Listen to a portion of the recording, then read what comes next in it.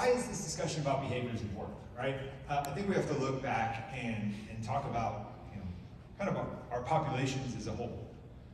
When I started, a long, long time ago, beard was dark, the folks that were in our ALFs,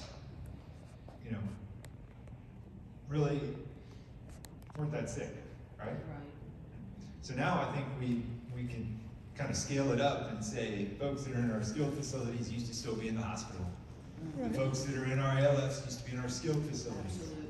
So I think it's important to kind of be sure we touch on these types of topics because, as we see people in our communities that are older, that have more comorbidities, more different types of diseases, and, some of these agitation type qualities or dementia qualities, and it's not necessarily just everyone that's in a memory care unit, it could be people outside of the memory care unit. We took this picture right before a flu clinic. It came a little early and we're upset. But it's something that, we see more and more of. I've seen it, unfortunately, over a long period of time. And that's why, Alan talks about making sure you kind of have an eye on medications. And I know our facilities aren't full of clinical folks, right? So, we're kind of depending on people that may not be quite as clinical. So I think the take-home message from what we're going to talk about today really is if you see something different, be sure you tell somebody. I think that's kind of the bottom line. And then we're focusing on these types of behaviors, whether it's combative or some of the other behaviors we'll talk about today.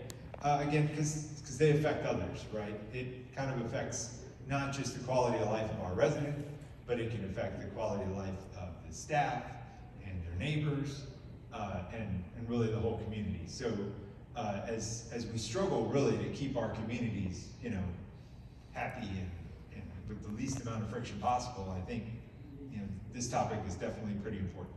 So Alan talked about combative behavior. He talked about maybe 1 out of 5 folks that have dementia end up with some type of combative behavior. We want to be sure that the first thing we're doing is not throwing a drug at it, right? But again, we're not really in a skilled facility. We're not in that setting where people are fully trained and redirecting and that type of thing. So what we need to do is kind of focus on what are the distractions that we can put out there. More and more of our communities have pet therapy and fish tanks and bird cages and outdoor spaces and things that are not just watching the television, because even watching old shows, I've seen plenty of arguments break out because that's not the right old show that someone else wants to watch. So we have to keep those non-pharmacologic interventions top of mind. We don't want to end up, like in the past with everybody on Thorazine and sleeping in the corner. We want to talk about those underlying causes that Alan talked about, right? But again, identifying a UTI or identifying some type of infection or identifying some type of a pain situation is a lot more challenging in our assisted living type settings than they are in more clinical settings. So again, I think talking about it and discussing it is important. When we do our med tech classes, for folks, we stress for our med techs that you are the person that resident sees all the time. And when you see a change, you need to tell somebody. You don't have to make any decision about the change. You just need to let somebody know that there's been some type of change. And I think that's definitely important in trying to avoid people ending up on some of the medications we're going to talk about in a couple of slides here. And how do they tell somebody, right? We need to give them a plan of how to tell somebody. And we kind of break it down right here, describing the behavior, identifying any triggers. Alan talked about putting on a shirt. Maybe that's the trigger. A particular meal, like we talked about already. It could be a television show, whatever that trigger happens to be.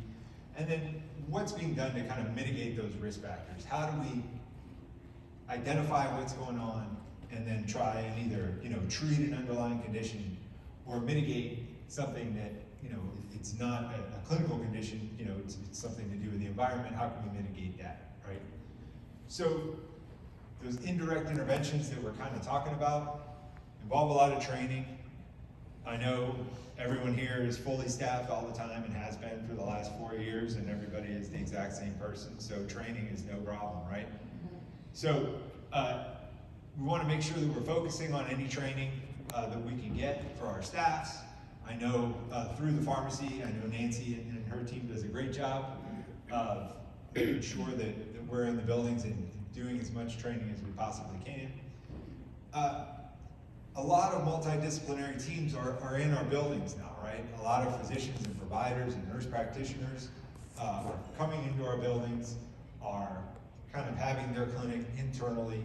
You know, their doctor's office is now in the building. And that approach really allows them to talk to the staff and talk to the caregivers and maybe communicate with the nurse that's on staff.